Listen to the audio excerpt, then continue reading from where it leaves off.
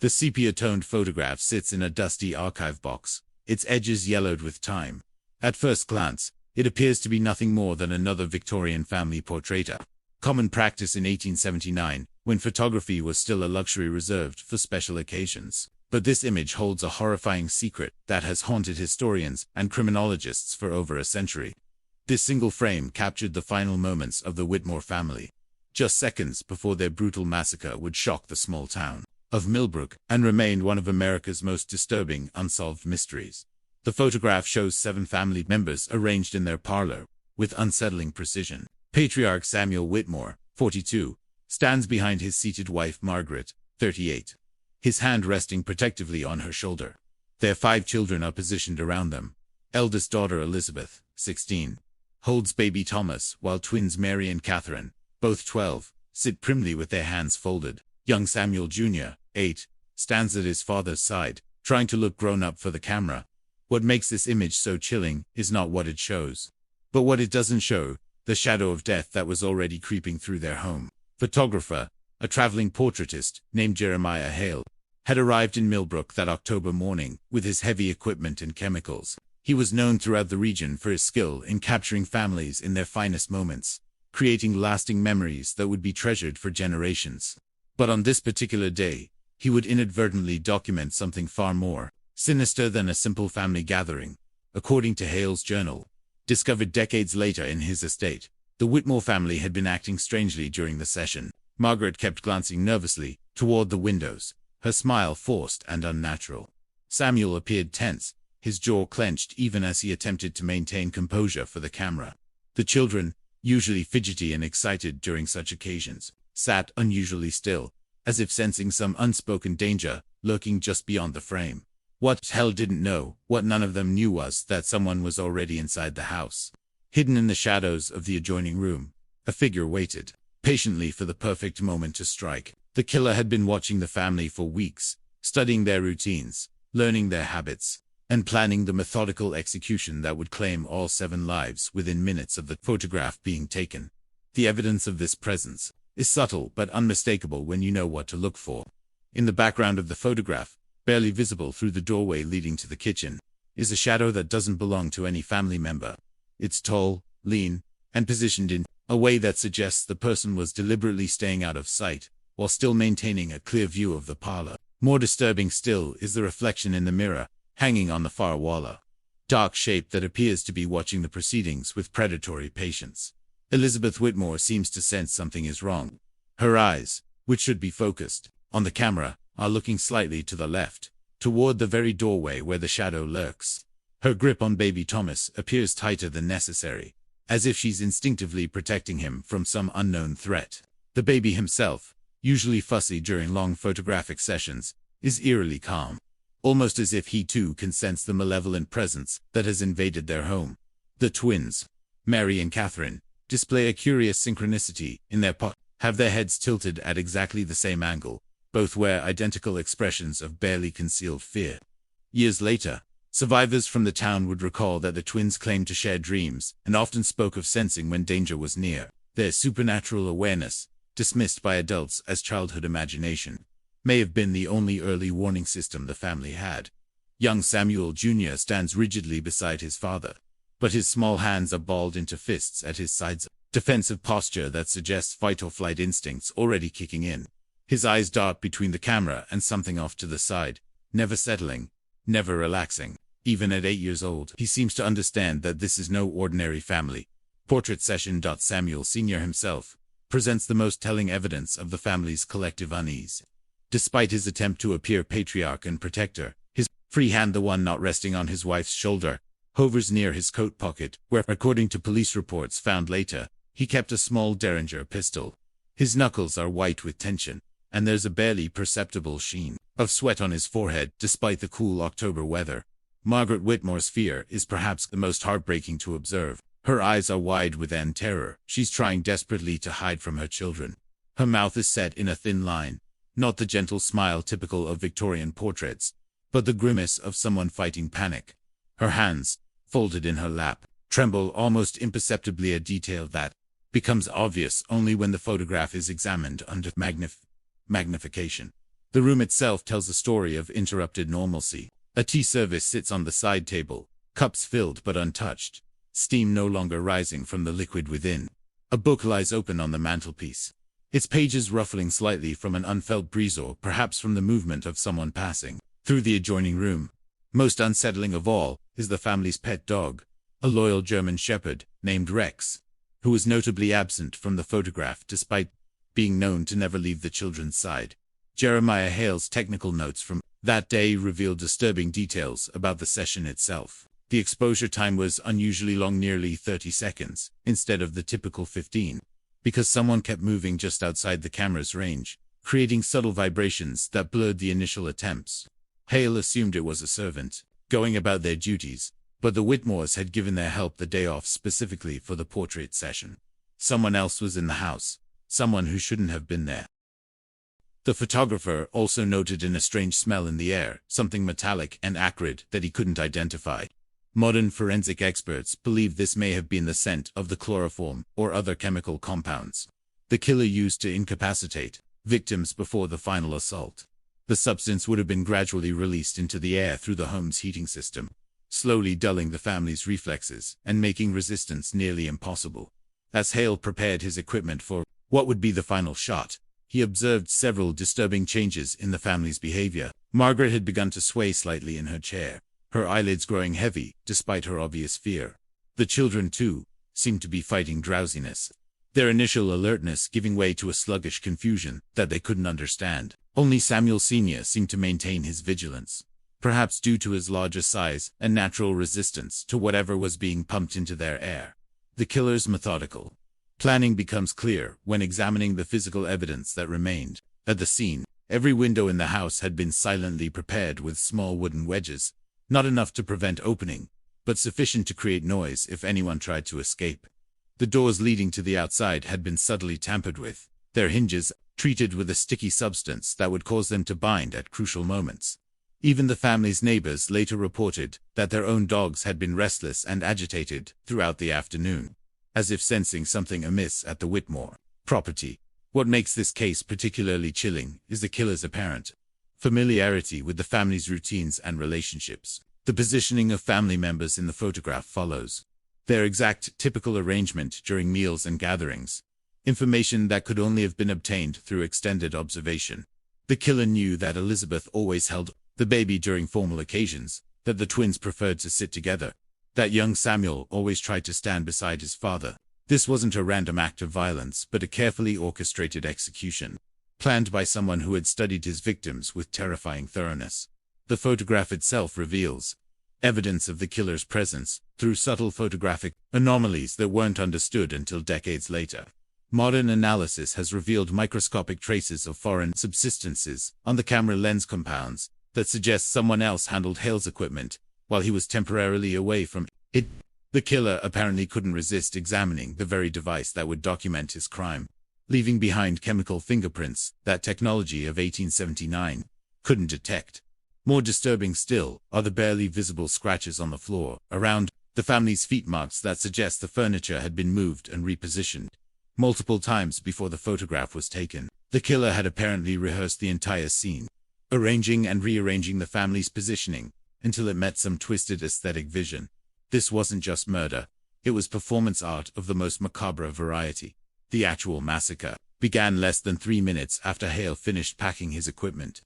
Neighbors later reported hearing the first scream at exactly 3:47 p.m., followed by a series of sounds that would haunt their nightmares for years to come. The killer moved with surgical precision, eliminating each family member in reverse order of their ability to fight back, starting with the drugged and disoriented children before moving on to the adults, who were desperately trying to protect them. Baby Thomas was found still in Elizabeth's arms, both having died instantly from a single, expertly placed blade wound. The twins were discovered together in the corner, where they had tried to hide, their small hands still clutched together in their final moments. Young Samuel Jr. had apparently tried to run for help, but collapsed near the front door, overcome by the chemicals in his system before he could turn the handle. His father's Derringer was found fired once, the bullet embedded in the parlor wall, evidence of Samuel Sr.'s desperate but ultimately futile attempt to defend his family. Margaret Whitmore's death was perhaps the most tragic of all. She had survived long enough to witness the murder of her children. Her body found shielding the spot where baby Thomas had been sleeping before Elizabeth picked him up for the photograph. The killer had deliberately saved her for last, forcing her to endure the complete destruction of everything she held dear before finally ending her suffering. The crime scene itself was a study in controlled chaos. While the violence had been savage and total, it was also precise and methodical. Nothing was stolen. Nothing was unnecessarily destroyed. The killer had come for one purpose, only to eliminate the entire Whitmore family with clinical efficiency. Even more disturbing, the murderer had taken the time to arrange the bodies in positions that eerily mirrored their poses in the family photograph, as if creating some twisted memorial to his handiwork. Jeremiah Hale discovered the massacre when he returned the following morning to deliver the finished photographs. His screams brought the entire town running, and within hours, Millbrook was crawling with law enforcement officials, reporters, and curiosity seekers drawn by the horrific nature of the crime. The photographer himself never recovered from the trauma, abandoning his profession and eventually succumbing to alcoholism and madness, claiming until his death that he could see the killer's face reflected in every photograph he had ever taken. The investigation that followed was exhaustive, but ultimately fruitless. The local sheriff, backed by state authorities and even federal agents, interviewed hundreds of potential suspects and followed thousands of leads. They discovered that the Whitmore family had no known enemies, no outstanding debts, and no involvement in any activities that might have marked them for violence. Samuel was a respected businessman. Margaret was beloved in the community for her charitable work, and the children were universally described as well-behaved and popular among their peers. The killer had left virtually no physical evidence beyond the subtle traces captured in the photograph itself. No fingerprints, no footprints, no DNA evidence that 1879 technology could detect. Even the murder weapon was never found, though forensic examination of the wounds suggested a blade of unusual design, something between a surgical scalpel and a hunting knife, crafted specifically for this purpose, and likely destroyed immediately afterward. What truly baffled investigators was the complete absence of any logical motive. The Whitmores were neither wealthy enough to justify robbery, nor politically connected enough to warrant assassination. They had no scandalous secrets, no hidden enemies, no involvement in any of the social or economic conflicts that plagued other families of their era. They were, by all accounts, an ordinary family living an unremarkable life, which made their extraordinary death all the more inexplicable. The only clue investigators could find was a series of similar family massacres that had occurred across the Midwest over the previous 5 years. In each case, an entire family had been eliminated with surgical precision, often after having their photograph taken by a traveling portraitist. The pattern suggested a serial killer of unprecedented calculation and skill, someone who moved from town to town, selecting victims based on criteria known only to him. But even this lead proved impossible to pursue. The photographs from other crime scenes had been lost or destroyed. The traveling photographers could never be located for questioning, and the survivor accounts were too traumatized and contradictory to provide useful information. The killer seemed to vanish like smoke, leaving behind only death and unanswered questions. The Whitmore photograph became a macabre tourist attraction, displayed in the town's Historical Society Museum, alongside placards describing the unsolved murders. Visitors would stare into the faces of the doomed family members, searching for some sign of their impending fate, some clue that might finally solve the mystery. Psychics and mediums claimed to sense residual energy from the image, insisting that the family's spirits were still trying to communicate the identity of their killer. Over the decades, the photograph has been analyzed by criminal profilers, forensic experts, and paranormal investigators. Modern technology has revealed details invisible to 19th-century eye spittle, shadows that might be the killer's reflection, microscopic traces of foreign substances, even what some claim to be ghostly figures standing behind the family. But despite all the advanced techniques and theories, the central mystery remains unsolved. The most disturbing aspect of the case is not just the brutal efficiency of the murders, but the psychological profile it suggests of the perpetrator. This was someone who derived pleasure not just from killing, but from the anticipation of killing. Someone who enjoyed watching his victims pose unknowingly for what would be their final photograph, savoring their fear even as they tried to hide it from their children. The killer was a master of psychological torture, who understood that the most effective terror comes not from sudden violence, but from the slow realization that death is inevitable and escape is impossible. Recent analysis by criminal psychologists suggests that the killer may have been someone with extensive medical training, possibly a former military surgeon who had developed a taste for death during the Civil War. The precision of the wounds, the knowledge of human anatomy required to kill so efficiently, and the use of chemical substances all point to someone with formal medical education. This theory has led to renewed investigation of Civil War medical records, searching for surgeons who were dismissed for misconduct or who disappeared from military service under suspicious circumstances. Another theory suggests that the killer was actually a member of law enforcement or private security, someone with access to information about family routines and home security measures, the ability to move through communities without arousing suspicion, to gather detailed intelligence about potential victims, and to disappear without leaving traces all suggest someone with professional training in surveillance and violence. But perhaps the most chilling theory is that the killer was someone who appeared completely ordinary, a traveling salesman, perhaps, or an itinerant preacher, someone whose profession naturally took him from town to town, who would be welcomed into homes and trusted with family secrets. Someone who could observe potential victims for weeks or months before striking, learning their habits and vulnerabilities, while maintaining a facade of respectability and charm.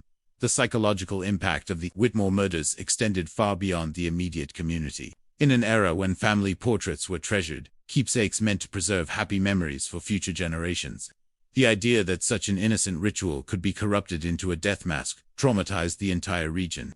Many families stopped having professional photographs taken altogether, afraid that somehow the very act of posing together might attract the attention of the killer.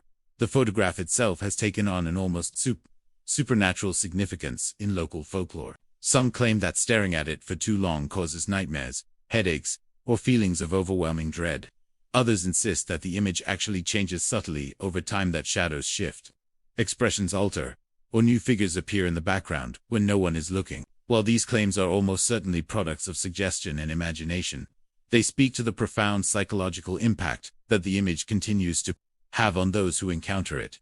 Modern true crime enthusiasts have embraced the Whitmore case as one of America's most compelling unsolved mysteries. Online forums dedicated to the murders attract thousands of amateur investigators who pore over every detail of the photograph, searching for overlooked clues that might finally identify the killer. Some have claimed to spot hidden messages in the background wallpaper patterns, while others insist that the family's positioning contains coded information about their murderer's identity. The case has inspired numerous books, documentaries, and fictional adaptations, each attempting to explain the inexplicable and find meaning in the meaningless brutality. But despite all the attention and analysis, the central questions remain unanswered. Who was the killer? Why did he choose the Whitmore family? And most disturbing of all, did he continue killing after leaving Millbrook, leaving behind other families whose final photographs remain hidden in dusty archives, waiting to tell their own horrific stories?